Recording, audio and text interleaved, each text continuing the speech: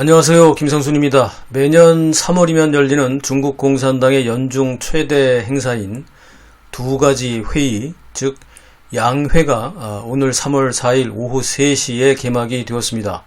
오늘은 중국의 국정 자문기관인 정협이라고 하죠. 전국인민정치협상회의, 정협이 먼저 개최되었고요.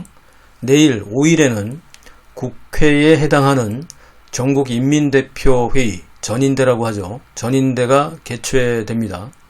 그런데 2월 중순부터 지금까지 이번 회의를 준비하면서 중국 공산당은요, 청원 봉쇄, 신방이라고도 하는데요. 우리말로 하면 청원 하는 거 있죠.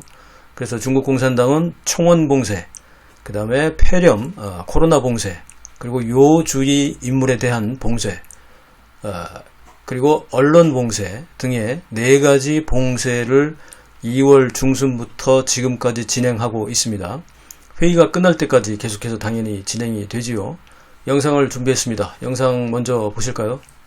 첫 번째는요, 중국 공산당의 4가지 봉쇄 중에서 첫 번째는 인민들의 청원을 사전에 봉쇄하는 겁니다. 중국어로는 신팡이라고 하고, 이 청원제도가 있는데요. 이것은 각 지방마다 사실은 지방정부에 있는 신방국이라고 있습니다. 우리말로 신방국이 있는데 여기에 가서 청원을 해야 합니다. 그런데 지방의 인민들은 지방정부에 대한 불만이 사실은 대부분이죠. 그러니까 뭐 거기에다 해봐야 어차피 소용이 없으니까 중앙정부가 있는 베이징으로 올라와서 중앙정부의 국가신방국, 그러니까 지방신방국이 아니라 국가신방국, 베이징에 올라와서 청원을 신청하게 되는데요.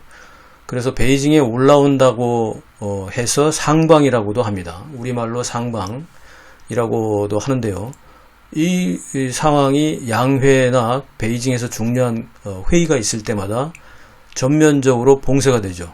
그러니까 뭐 청원을 한다고 해서 문제가 해결되는 것도 아니지만 청원 자체를 아예 막아버리는 겁니다. 그런 그 첫 번째 청원 봉쇄가 지금 진행되고 있습니다. 2월 말부터 지금까지 계속해서 진행되고 있습니다. 두 번째 봉쇄는요, 베이징의 우한 폐렴이 다 종결이 됐습니까? 안 됐거든요. 당연히 그래서 우한 폐렴으로 인한 봉쇄가 2월 달에도 계속해서 진행되고 있습니다. 지금 화면에 보시는 것처럼요, 임시격리 수용소에 저렇게 1인당 1명씩 저렇게 가두어 놓고 뭐 음식들을 제공하고 있고 밖에서 잠궈버리죠. 지금 저기 화면에도 나오지만 베이징 따싱취라고 하는데 2월 27일부터 저렇게 집중적으로 핵선 검사도 또 하고 있고요. 그러니까 실제로 베이징에서는 코로나 사태로 각 지역마다 봉쇄도 진행되고 있고 핵선 검사도 하고 있는 거죠. 그런데 이번 양회에서는 각 지역에서 인민대표들이 베이징으로 모이기 때문에 이들이 베이징에 왔다가 혹시 감염돼서 전국으로 퍼져버리면 이게 또 큰 문제가 되기 때문에 우한 폐렴으로 인한 베이징 내부의 봉쇄를 하고 저렇게 소독도 하고 현재 그렇게 하고 있습니다. 세 번째 봉쇄는 뭐냐 하면 인권운동가나 반체제 인사들의 활동을 사전에 봉쇄하는 겁니다. 지금 저렇게 보시면 감시를 받고 있는 사람이 지금 찍고 있는 겁니다. 그런데 24시간 저렇게 문 앞에서 못 나가게 하고 있고 감시를 합니다. 어디 가까운 데를 가도 여러 명이 따라 붙고요. 물론 뭐 회의 장소나 중요한 장소에는 아예 사전 봉쇄가 돼서 가지도 못하죠. 자, 이렇게 공산당은요, 여러 명을, 지금 여기 화면에는 1명이 나오지만 좀 뒤에는 3명까지도 있습니다. 이들이 24시간 감시하고 있고요. 지금 나오죠. 저 앞에서 뭐 아예 진을 치고 앉아서 밥도 먹고 여러 가지 자기들 보고도 하면서 아예 죽치고 있습니다. 한마디로. 이렇게 원천 봉쇄를 하고, 물론 인권운동가나 반체제 인사들이 양회에 참석하는 사람들에게 사실 접근을 한다고 해도 이미 공산당의 지시에 따르기만 하는 인민대표들이나 정협의 대표들의 생각이 변하지는 않죠. 그렇지만 뭐 거기까지 갈 수도 없고 동네도 벗어나기 힘듭니다. 못 벗어나죠. 저렇게 뭐 집 앞에서도 못 나오게 하니까요. 이렇게 공산당은 습관적인 사전 통제가 이루어지고 있습니다. 네 번째는 언론 봉쇄입니다. 언론 봉쇄는 365일 늘 있는 일이기는 하지만 특히 양회라든지 중요한 행사가 있을 경우에는 더더욱 그렇습니다.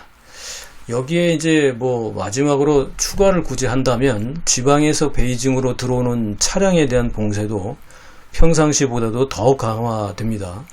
그래서 일반 화물차라든지 주요 어떤 뭐 좀 문제가 될 만한 뭐 화재 위험성이 있는 휘발성이 있는 뭐 물질을 평상시에는 운반하지만 이럴 경우에는 아예 제재가 돼서 베이징 시 입구에서 아예 다 막아버리죠.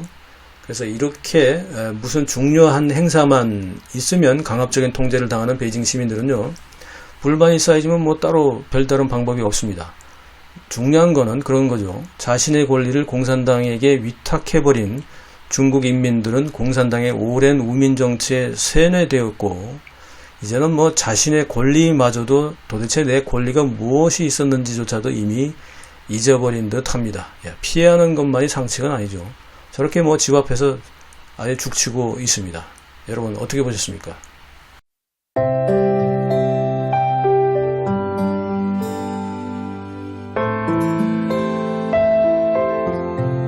댓글 소통과 에피소드 시간입니다.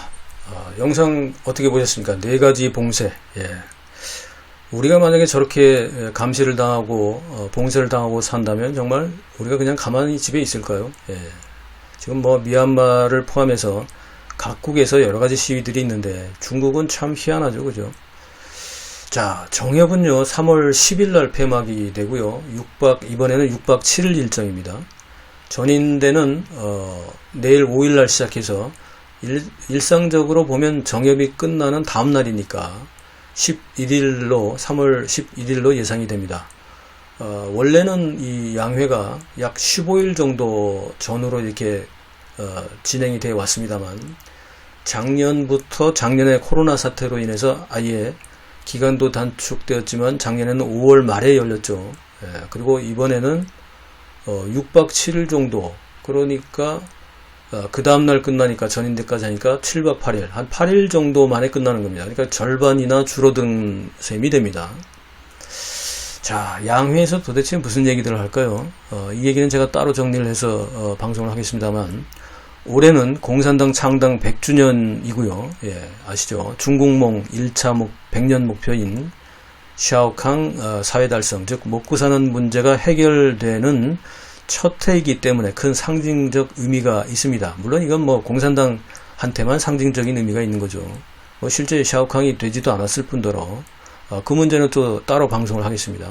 그리고 올해는 그걸 넘어서서 두 번째 100년 목표, 즉 건국 100주년이 되는 2049년에 미국을 넘어서겠다, 이런 중국몽 두 번째 꿈이 있잖아요. 그게 뭐 되겠습니까? 뭐 어떤 학자들은 지금 발전 속도로 간다면 뭐 2035년 혹은 뭐 더 빨라서 2027년 이렇게 해서 미국을 전체 국가 GDP로는 넘어갈 수 있다고 합니다만, 또 한편으로 저는 좀 부정적인 측면에 있는 학자들의 얘기는 또 그렇죠. 인구 감소 이런 것과 지금 기타 미중 무역 전쟁으로 인해서 생산 글로벌 대국의 위치가 이미 다른 동남아 국가들한테 뺏겼기 때문에 계속해서 이게 성장할 수 있느냐, 이런 거죠. 생산력도 저하됐고, 근데 바이오도 이젠 줄었고, 거기다가 미국과 서방 국가들은 중공을 점점 더 옥죄해보고 있고, 가능하겠냐 이런 생각이 있습니다. 그래서 이번에는 14차 5개년 계획이 이번에 발표가 됩니다. 이것이 이제 100주년이 되는, 건국 100주년 되는 1949년에 100주년이 되는 이제 2049년, 이전에 미국을 제치겠다는 계획인데, 그 계획이 출발이 되는 거죠. 그래서 14차 5개년 계획이 발표되는 중요한 해이기 때문에 공산당은 무리를 해서라도 3월달에 지금 이 회의를 하고 있습니다. 그 외에도 일단은 한 4가지만 꼽아보면, 올해의 관심사는 시진핑 국가주석의 집권 장기화를 재추진할 걸로 보여집니다. 중간에 하다가 우한폐렴 및 미국과의 무역 전쟁 때문에 중단이 좀 됐죠. 그런데 이번에 다시 시도를 할 것 같고요. 두 번째는 2022년 베이징 동계올림픽, 이거를 계속해서 일본은 좀 위태위태하지만 동계올림픽을 하려고 합니다만, 미국에서는 어떻습니까? 의회에서 이미 보이콧 등등 얘기가 나오고 있죠. 자, 이 문제가 있고요. 세 번째는 내년이 굉장히 중요한 해죠. 시진핑이 이제 3기가 시작되느냐, 이거기 때문에 제20차 공산당 당대회, 지금 시대는 이제 19차고요. 20차 공산당 당대회를 지금부터 올해부터 준비해야 됩니다. 그래서 올해 양회가 중요하고요. 금방 말씀드렸던 네 번째 14차 5개년 계획 확정. 그래서 시진핑 국가주석의 집권 장기화. 두 번째는 베이징 동계올림픽. 그 다음에 세 번째는 20차 공산당 당대회. 이거 내년이죠. 동계올림픽도 내년이고. 그리고 제14차 5개년 계획 확정. 이런 것들이 이제 굵직한 사안으로 꼽을 수가 있습니다. 물론 디테일한 부분도 더 많이 있습니다만, 국방비 강화라든지 국방력 강화 이런 것들도 있습니다만, 실제 어떤 내용들이 거론되고 결론이 나는지는 양회가 끝나고 난 뒤에 생방송 토요소통 시간과 녹화방송 시간에 별도로 분석해서 다시 상세하게 말씀을 드리겠습니다. 이번 양회는 어쨌든 굉장히 중요합니다. 여러 가지 의미가 있고요. 또 반대파들인 장쩌민파, 상하이방, 그리고 후진타오의 공청단 파들이 과연 어디까지 목소리를 내느냐, 이것도 중요하고요. 또 시진핑 파벌인 시저진 파벌 쪽에서 내부의 또 어떤 권력구조, 내부의 파벌 싸움의 권력구조가 어떻게 변하느냐, 이것도 우리가 좀 지켜볼 필요가 있습니다. 양회는 매년 열리고 매년 가장 중요한 회의입니다. 그래서 우리가 비록 형식적이긴 하지만, 거수기에 불과한 비록 형식적이긴 하지만, 그러나 그 안에 여러 내용들을 국내외로 공표하기도 하고 또 실행하는 여러 가지 정책들이 나오기 때문에 굉장히 중요합니다. 11일 날 끝나기 때문에 이후에 다시 정리를 해서 방송을 하도록 하겠습니다. 다음 방송에 뵙겠습니다. 감사합니다.